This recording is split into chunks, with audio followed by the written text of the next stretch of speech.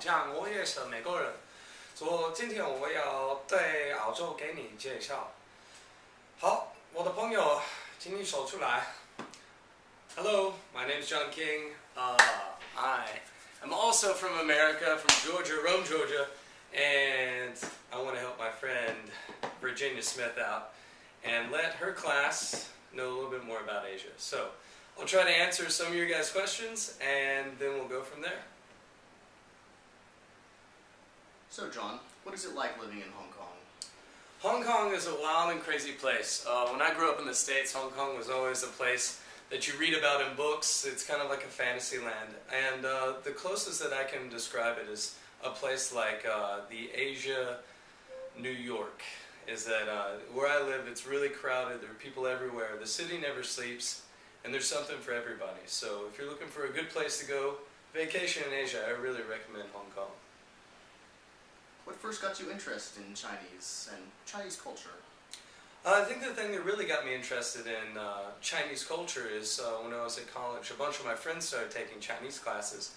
They were telling me how interesting it is, and how strange the language is, how different it is from something like Spanish. And they told me that I should take some classes. So I took a few classes in college. And also I had a teacher who had lived in Taiwan before and traveled a lot in Asia. And between those two, it really got me motivated. And when I graduated from college at the University of Georgia, I decided that I needed to move to Asia and learn Chinese. How long have you been living in Hong Kong? I've only been living in Hong Kong for 3 months, so I'm kind of new in this city as well. But before that, I lived in Taiwan for almost 3 years. So I've been in Asia for a little while, and Hong Kong is still something that's very new to me. They speak Cantonese here. They don't speak Mandarin Chinese. So even though Hong Kong used to be a British colony, it reverted back to China in 1997. And a lot of the young people speak Mandarin Chinese. But the older people will only speak Cantonese, and everyone can speak a little bit of English, so you can still go around and buy food and get most of your daily chores done. What places have you visited in Asia? Unfortunately, I wish I had traveled to more places in Asia, but recently I've been to a couple countries that are really cool.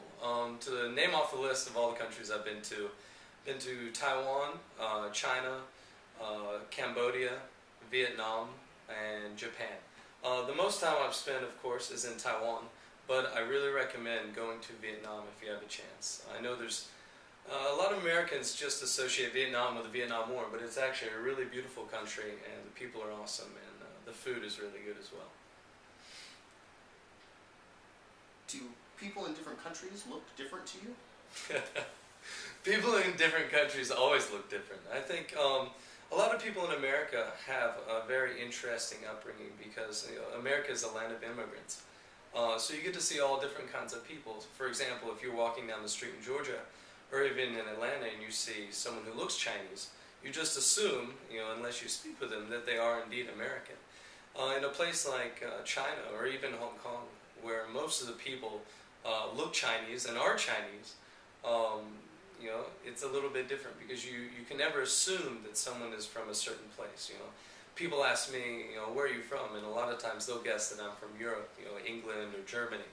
So you can't always judge people by the way that they look, and that can be a very dangerous thing to do, and can be really embarrassing sometimes if you assume that someone is from a certain place without asking them. Have people in Asia asked to take their picture with you? That happens every day, all the time. I think anywhere you travel outside of your home country, especially if it's a country that has a lot of people that aren't experienced with Western culture or don't have a lot of people that look like you do, especially if you have blonde hair as well, people will always ask to take a picture with you. And sometimes they'll just take pictures of you when you're not paying attention because they're too embarrassed to ask for a picture. But yeah, lots of examples and laughs and good times with taking pictures in Asia. Did you go to Beijing for the Olympics? Unfortunately, I did not have a chance to go to Beijing for the Olympics. At the time, I was living in Taiwan, and it's still very difficult to go from Taiwan to China. They don't have any direct plane flights. But I wanted to go, and I talked to my friends in Beijing, and they said it was a lot of fun. So if it ever comes back to China, maybe I'll get a chance and go check it out next time. Do you have any family living in Asia? I do not have any family living in Asia. I wish I did. It'd make it a lot more fun, and Christmas would be much more enjoyable. But all my family lives in America. I have some family. My sister lives in American Samoa. I don't know if you guys know where that is, but I am the only person in my family who lives in Asia right now. Is the water safe to drink in Hong Kong? The water is not safe to drink in Hong Kong, but we drink it anyway. In Asia and in most parts of the world outside of the United States, tap water is not safe to drink. Now, me and my roommate actually drink it because we haven't yet bought a water filter, but it's recommended that you do not drink the tap water.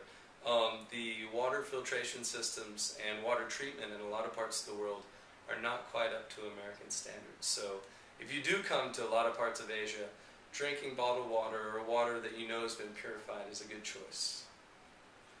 What is the most unique food you've eaten while in Asia? Well, Asia has so many different kinds of foods.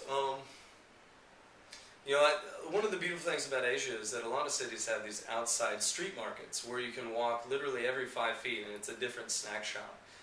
Some of the most interesting things that I've tried is chicken feet, duck butt, pig's feet, chicken neck, cow intestines, fermented stinky tofu, and there's a million other things that you can try that are really strange. I actually really like stinky fermented tofu, but I think most of those foods are an acquired taste, and you really have to try them a few times before you like them. Have you visited Disneyland while you've been in Asia? Disneyland is extremely popular in Asia, and there are a couple Disneylands here. There's one in Tokyo, and there's also one in Hong Kong here, but the best one in Asia is in Tokyo, and I have not been. I always wanted to go when I was growing up. I never got the chance in the States, and I don't think I'm going to go to the one here because a lot of people say it sucks. But for future interest, they are building one in Shanghai, so in about 3 or 4 years, if you come to Asia and want to go to Disneyland, Shanghai is the place to go. Alright, well, I've answered all the questions the students gave me, and I'm going to do a second segment where I answer some of Teacher Smith's questions, and I'll also give you guys some photos and hopefully some videos, and give you a little more of an introduction to Asia and Hong Kong in particular. So, thanks for you guys' time. I really enjoyed it. I'll talk to you soon.